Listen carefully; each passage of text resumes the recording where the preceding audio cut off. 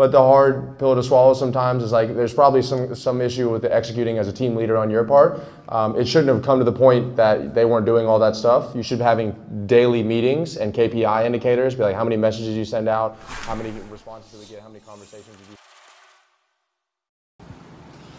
Top of the morning to your team. So this one actually is going to relate to everyone. I get questions almost every single day, not only about like what tasks should I delegate, but more importantly, when should I delegate? And in this video here, I'm going to talk about, I was at NetCon in Los Angeles and I was speaking on stage and I was talking about in particular when you should be delegating tasks, and that's what you're about to see.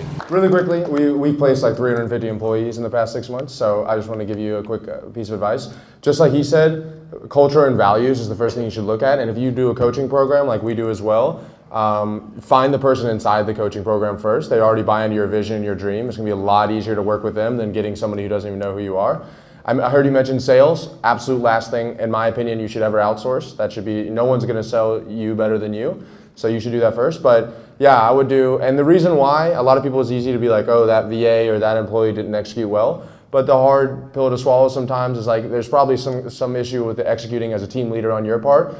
It shouldn't have come to the point that they weren't doing all that stuff. You should be having daily meetings and KPI indicators, be like how many messages you send out, how many responses do we get, how many conversations did you start, why is it less than last week? Every single day you should be doing that.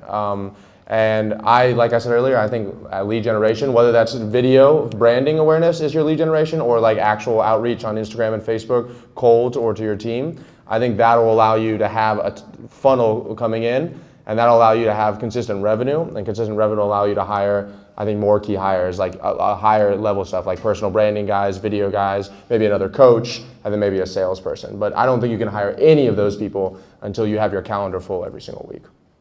That's how I see it. Thank you. Yeah. Yeah.